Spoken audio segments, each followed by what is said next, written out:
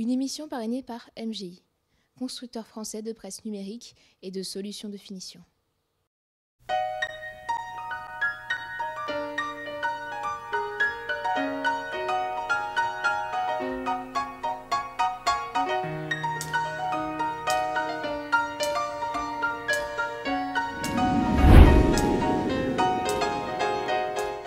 Bonjour et bienvenue à vous dans cette nouvelle émission des interviews de l'industrie de Graphiline, en direct du Salon de l'emballage, depuis le studio Web TV de Graphiline. Alors je reçois aujourd'hui Geoffroy Tillière, qui est responsable relations entreprises d'Éco-Emballage. Geoffroy Tillière, bonjour. Bonjour. Alors ce Salon de l'emballage 2012, c'est une grande première pour Éco-Emballage, puisque c'est la première fois qu'on vous y rencontre. Et oui, c'est vrai que c'est la première fois, on tenait absolument à être présent cette année pour plusieurs raisons. La première parce que c'est nos 20 ans, donc Éco-Emballage fête les 20 ans du dispositif avec l'ensemble des acteurs qui sont mobilisés en France pour faire du tri et du recyclage un succès qu'il faut poursuivre et développer, mais quand même un succès, au même moment que les 40 ans de ce salon.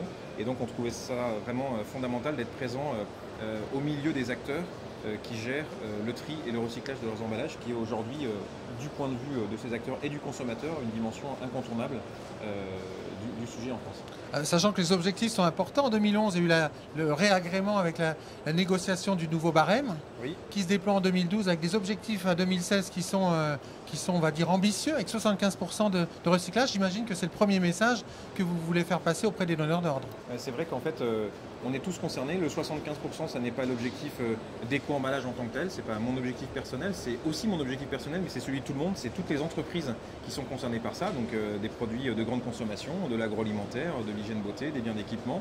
Donc forcément, les fabricants d'emballage sont concernés parce que leurs donneurs d'ordre, les marques, les industriels, veulent atteindre cet objectif-là. C'est aussi un objectif institutionnel et les pouvoirs publics regardent l'ensemble de ces acteurs et le consommateur aussi, puisqu'en fait on sait très bien qu'il y a cette impression diffuse de sentiment que voilà, l'emballage, il y en a trop, il y en a partout, il n'est pas assez réduit, il n'est pas assez co-conçu, et les industriels dans tout ça, que font-ils? Comme si en fait ils n'avaient de cesse que de mettre des emballages partout. Or c'est pas la réalité, et nous on est venus au salon pour témoigner de l'action des entreprises en faveur de l'éco-conception, en faveur de la réduction, de ces bonnes pratiques qu'il faut partager, puisqu'en fait c'est un objectif qu'on travaille tous ensemble. Bien sûr, les entreprises, il y en a 50 000 participent à l'aventure avec le Point Vert. Elles ont en 2011 financé à travers 568 millions d'euros la réalisation d'un objectif de recyclage. Bonne nouvelle, on a franchi une marche. Donc On a passé un cap là. Voilà, on avait passé 2-3 ans 63, 64%. Là, on vient de passer à 67% de recyclage, donc c'est une très bonne nouvelle. Mais le marathon des 75%, il n'est pas terminé. Et comme souvent, c'est les derniers kilomètres qui vont être les plus difficiles. Qui sont les plus difficiles. Voilà, donc il faudra continuer de progresser sur l'ensemble des matériaux et des types d'emballage. Donc pour ça, on a plusieurs priorités. L'habitat vertical, là où il y a des problèmes de tri.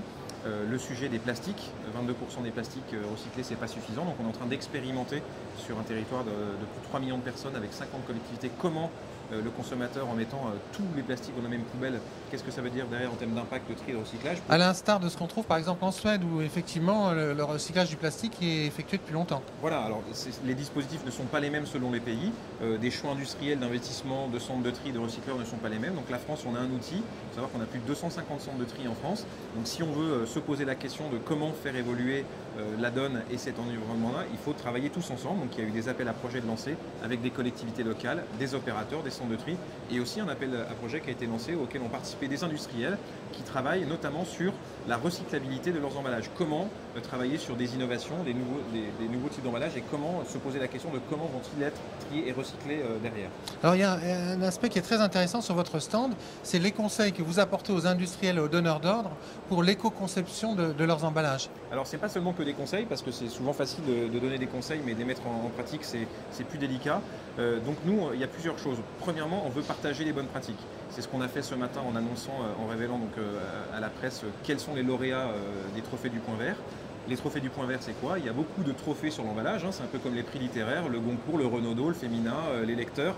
L'emballage, il y a plusieurs prix, mais il y en a un seul qui récompense l'ensemble des acteurs, qui sont des entreprises certes sur les emballages, mais aussi des collectivités locales qui agissent pour le tri et le recyclage d'emballage, et aussi des associations et des bailleurs qui savent que le tri est un vrai facteur de lien social, notamment dans les endroits où économiquement et socialement c'est difficile. Donc l'ensemble de ces acteurs se mobilisent. Et en ce qui concerne l'éco-conception et la réduction, donc, on est au salon avec bien sûr partager ces bonnes pratiques, montrer à certains ce que d'autres acteurs font, parce que Éco-emballage met ensemble les entreprises sur un sujet qui est non compétitif. On est là pour partager les bonnes pratiques. Donc certains exemples sont partagés sur notre stand. Et deuxième sujet, c'est là où je vous parlais, c'est aller au-delà des conseils, c'est qu'on agit concrètement avec les entreprises chez elles. Donc on a des services à leur disposition, donc il y a 50 000 entreprises qui participent avec Éco-emballage et Adelph, ont accès à des diagnostics sur site. Donc on envoie des experts directement dans leur site de production, regarder sur l'outil industriel qui est déjà en place, les matériaux déjà en place et comment on va pouvoir économiser et réduire. Et je vais vous donner un chiffre. En moyenne, en ce qui concerne l'ensemble de l'emballage primaire, secondaire et tertiaire, à chaque fois qu'on se déplace dans l'entreprise, l'économie réalisée est de 14%.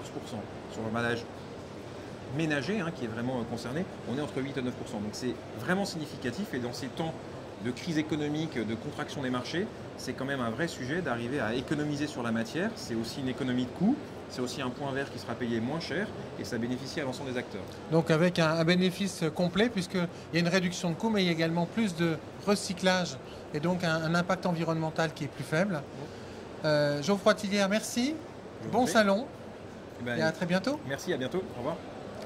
Quant à nous, je vous propose de nous retrouver dans une prochaine émission des interviews de l'industrie. À très bientôt.